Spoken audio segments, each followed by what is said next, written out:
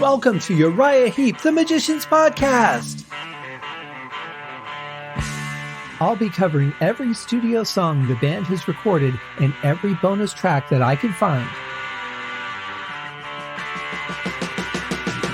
Each week we'll go over a new song from the beginning to where they are currently, and as they keep adding albums, I'll keep adding shows.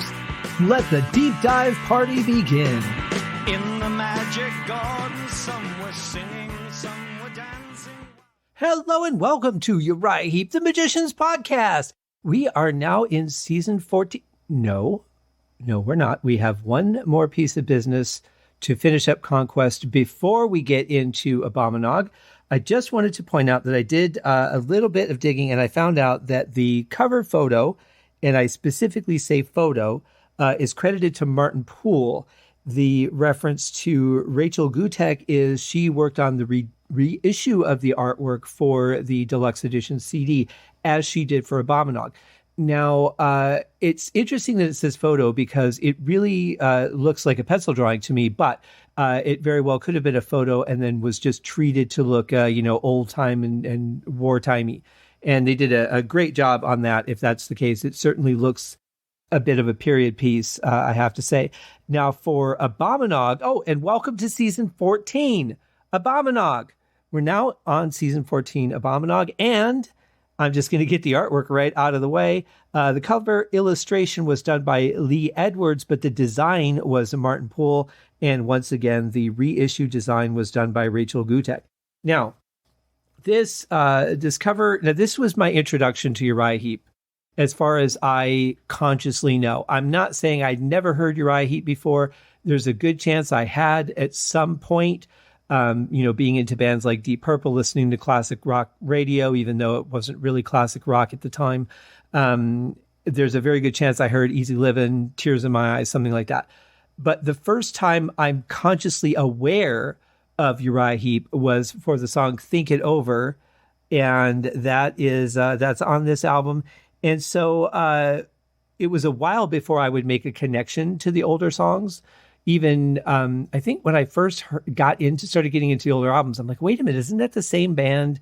And, of course, information was not so easy to come by back then. It wasn't like you could just get on your phone or get on the internet and find out whatever the hell you wanted, because there were no such things. Telephones had dialers that you had to put your finger in and turn if you wanted to get the number. So the best you could get was like record catalogs and things like that, which were not always easy to come by, at least the new ones. And so, it wasn't an easy feat, but eventually, all the pieces came together. And this is an album that means a lot to me because it was my first connection. Now, I think I said somewhere on one of the shows talking about the single for That's the Way That It Is, which I had, my brother and I. We kind of split all the records that we bought. We shared them. We each had a list of ones that we would buy because really our love of music was so similar, that there were albums maybe that he wanted that I didn't know or weren't very familiar with. But like Genesis Duke, I didn't know any of the songs, I don't think, on Duke or whichever album it was. But because we just split everything and shared everything, it just made it very simple. So we did things that way. So we had the single to That's the Way That It Is. And I think somewhere along the line, I said the B-side of that was Think It Over. That is not correct. The B-side actually was Son of a Bitch, if I remember right. So if I haven't corrected myself on a previous show, and guys, I do these at completely different times, sometimes out of order for various reasons. So I don't always remember everything I say on a show. So if I have cleared that up, I thought I did, but just in case I didn't, one more time, that would be the accuracy. The A-side was That's the Way That It Is, and the B-side was then Son of a Bitch. So that was the 45 we had, and it was one of those really nice sleeves that, because you had the 45s that had the just the sleeve that protected the actual LP part and not the sticker. And so the 45 casing would have a big hole in it, just like the 45 did. And then there were the kind that were like the full sleeve, almost like a paper album cover. And the one that we had for That's the Way That It Is was the full cover of Abominog. So we had this sweet face picture of a demon that only a demon's mother could love, salivating blood through pointy teeth, like it's just had a fresh kill and seems very happy and satisfied with all the blood on its tongue and lower jaw. The one thing I've always found interesting about this is that it doesn't look like the upper jaw comes out as far as the lower jaw does. So unless it just kind of runs through life with its mouth open, at some point, those things have to match up. And it looks like the upper teeth would just cut through the bottom jaw. But then it could be what do they call that? Forced perspective, where things look a certain size and structure based on the angles and depth of the actual photo. But it's a very, very well done picture. I mean, it looks like this is something that they actually sculpted in real life, like a puppet for Creepshow, and took a photograph of. So I don't know what the process was behind it. I don't know anything more about the cover other than what I've already said, except that I love this cover. I think it's fantastic. I think that it's very, very well done, very lifelike. So kudos on that. I think it's amazing. Now, the first song on the album is a song that I knew from that anthology that I told you guys about. And I did post that picture on the socials. I can't remember if I put it on Instagram or not, but I know I did on the Facebook page and on Twitter, the one from the anthology. But so Too Scared to Run was a song that I knew from that one. And there wasn't a lot of information in that album, as I recall. So I didn't know who sang what, but I knew it was Peter Goalby. I knew it was from Abominog, and I just love this song. I love the way it starts out. And I was saying on the last couple of songs that we reviewed on Conquest that it sounded like, Heep was starting to head more towards that rock and roll sound, heavy guitars being the primary. And this song is certainly evidence of that. I think it's got such a great, powerful opening. And there's one part, we'll get to it in the beginning, that has kind of it almost lets you hang for a note and then kicks in again. It's really interesting. So we're going to get to all that. So here is Too Scared to Run by Uriah Heep from the album Abominog. Welcome to season 14.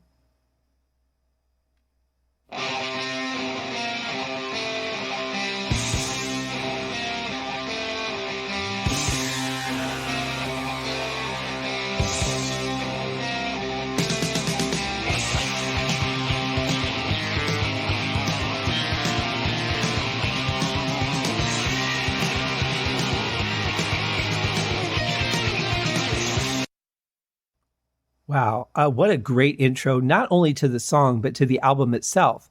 This is the first song that they released under this lineup, and which we're going to talk about in a second. And it's just so powerful, the beginning. There's a lot of guitar work going on here. I'm hearing at least 3 different layers of guitars, if not 4. But the drums sound great. The bass is playing great with the drums. So far, we've got something really powerful here. So speaking of powerful, we've got a pretty drastic lineup change here. We changed out the good majority of the band, really. The only member that was on the last album was Mick Box. So we've changed out everybody. And on vocals, we have Peter Goalby. On drums, we have the return of Lee Kerslake. On bass, joining the band is Bob Daisley, who you may know from Rainbow's Kill the King album, and also Blizzard of Oz. If you know the song Crazy Train, that's Bob Daisley playing. And of course, we have John Sinclair on keys. Now, I don't know if there's a trend going on with this band, but this is the third lineup to feature someone named John. So I don't know. The only time I think that that's happened before was when they're naming the Popes, which is kind of ironic with such a demonic album cover. But it's certainly a very powerful lineup, as we're hearing already. They're off to a great start. I kind of feel like there is kind of a weight lifted off the shoulders of the band at this point. And I'm not talking bad about Ken Hensley or anyone else that was in the band, but obviously there were huge riffs going on that were kind of ripping the band apart. And now it seems like the band is once again very unified, very fresh. You've got some familiarity with the return of Lee Kerslake, but you've got some new faces. And I think there's just a sort of reset here and a new direction, heading into the more heavier guitar than overpowering, synths and keyboards and that sort of thing. So it's going to be interesting. Also, we have a new producer. We have Ashley Howe producing this album. And so Jerry Braun is out of the picture. So everything's kind of fresh. I mean, the only person that has been in the band the whole time is Mick from this point going forward, because Ken was the only other member who had been there since the beginning. And I just feel like, this is a new start for Heep. And I think I'll have to look and see which one it was, but I'm pretty sure that somebody had asked Mick, one of the YouTube videos, if he thought about folding the band or something at this point.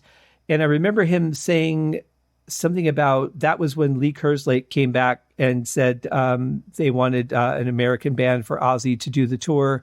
And so he was freed up and wanted to come back to Heep. And that was when Mick decided to put things back together. If I could find the right one, I'll put it in the show notes. I've got them all listed on a sheet somewhere. So I kind of feel like this was an opportunity for Mick to start reshaping the band and kind of forming the band he wanted it to be. And, obviously this isn't the current lineup of the band. So we do have more changes coming down the road, but we're locking in for, I think, 3 albums with Peter Goalby, and Lee's back. Things are feeling good.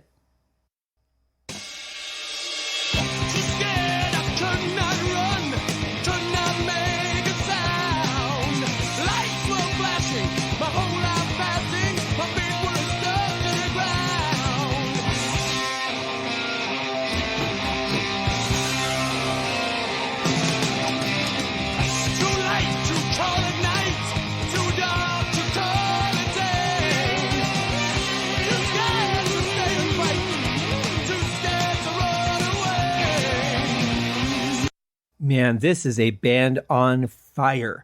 I love what I'm hearing from Lee Kerslake. He's playing some really interesting notes on the snare and really got a good groove going. Bob Daisley's playing very tight right along with him. Of course, these guys are familiar with each other, so that helps. They've got a little bit of experience together. Love the guitar work. It sounds fantastic. The song sounds really full. Mick is playing his ass off. He's putting in some nice fillers here and there. Really, really solid stuff. And, the keys are making the song a little bit wider and fuller sounding, which is great. And I love the sound of Peter Goalby's voice. I think he's fantastic. And it really shows right off the bat in a song like this. His verse is powerful. The chorus is powerful. Just sounds really, really tight.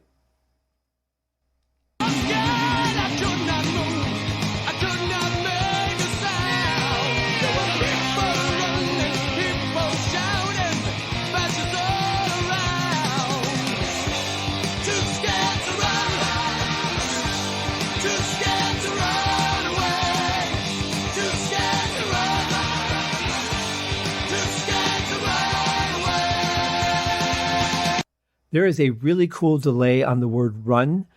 Each first time of each pass that they say it, I think Peter Goalby's voice really sounds good in junction with the rest of the band.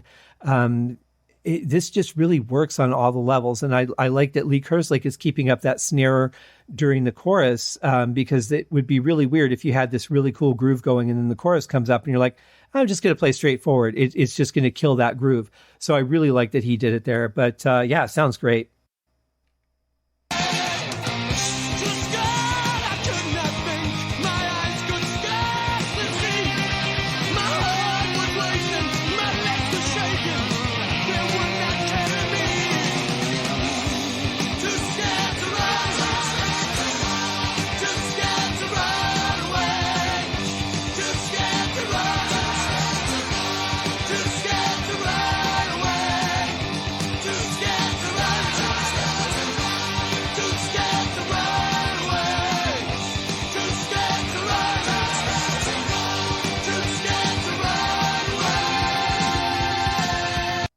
Listen to those drum fills, man. It's almost like Lee just had all this pent up aggression in him and he just got it all out on this song. I mean, just some fantastic stuff, really high energy and sounds fantastic. This is such a great song, a great opener. And I really think it kind of defines where the band is headed at this point.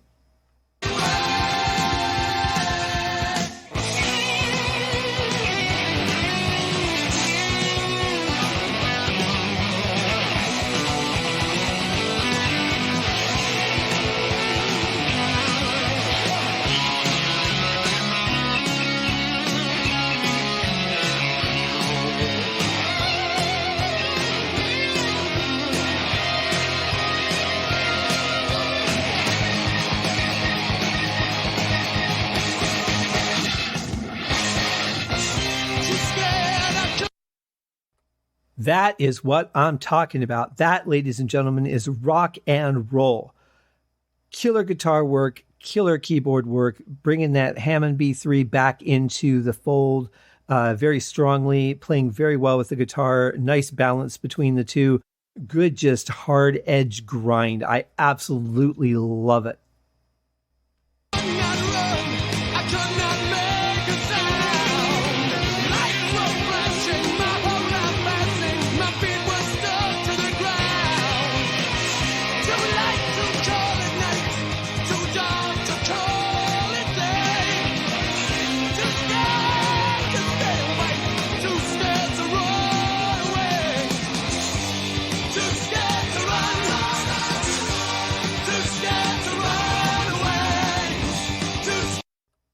There's something in there at that end part there. I'm not sure exactly what the sound is, but it's noticeable to me. It starts right after the word run, but ends just a bit short of away. So I'm going to play it again for you. It's kind of a low sound that's in there, but I'm not sure exactly what is being used to create it.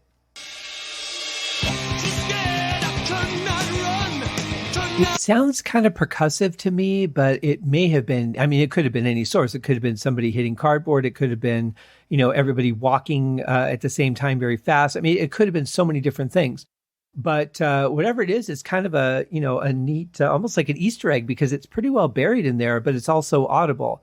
I don't know, when I went to my grandmother's house and they would hide Easter eggs, they would all, I could walk in the house and see 8 out of 10 of them without even taking a step.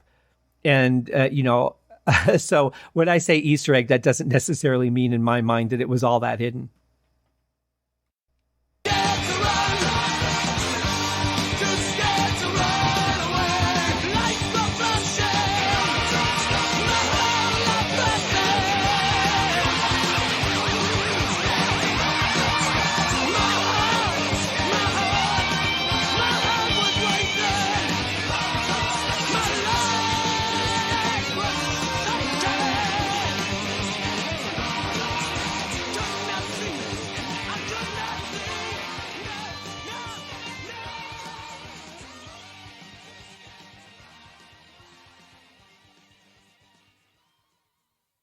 Well, we had already seen from Peter Goalby on Think It Over that he could really bring some energy at the end of a song, that he knew how to riff like that. So this is really cool. It's very powerful stuff. He sounds so in the moment, so passionate, like this just happened to him and it's still upsetting him and he's got to tell somebody. That was kind of a weird siren synthesizer. It kind of made me feel almost like he was running from the police all of a sudden, or not running because he was too scared to, as the case were. But that was kind of it was a neat sound. It wasn't quite like a siren, but it was kind of like a siren. So not sure if that was a reference to something or not, but it was, it sounded cool. But just thinking of it in terms of the overall context of the song, I'm not sure exactly how that fit in. But very powerful song, powerful backups, powerful vocals, everything just this song just checks all the boxes for me. There wasn't any real extreme high harmony, and that's okay. We heard some good, powerful stuff from Peter Goalby as he was riffing there in a couple of different parts. But yeah, it sounds really good, really powerful song. Great way to start an album. I'll stand behind that statement any day. And that, you guys, is Too Scared to Run, our first song off of the Abominog album. Wow, we're making our way. I sure appreciate you guys hanging in there, listening to another show. We'll be back again later this week with more stuff, because why wouldn't we? Fantastic album. We've got a long way to go. We're just getting started, but all great stuff coming up, no doubt. Thank you guys for joining me. We'll see you on the next one. Cheers. Thank you for joining me on this episode of Uriah Heep, the Magicians Podcast. If you have enjoyed this show, please consider going over to Apple Podcasts or your favorite podcast outlet, leaving a rating or a review. Be sure to subscribe to make sure that you are notified when new episodes are available. Please be sure to share this podcast with your fellow Uriah Heep enthusiasts and anyone who you think would like Uriah Heep, which should be everyone. And if you are so inclined, please feel free to contribute to the Patreon account. And if you are not a Patreon subscriber, you can also pay through the PayPal link on the website listed in the show links below. I would also like to thank Uriah Heep for their very generous support of the show, and thank you guys for listening. We'll see you in the next episode. Happy days!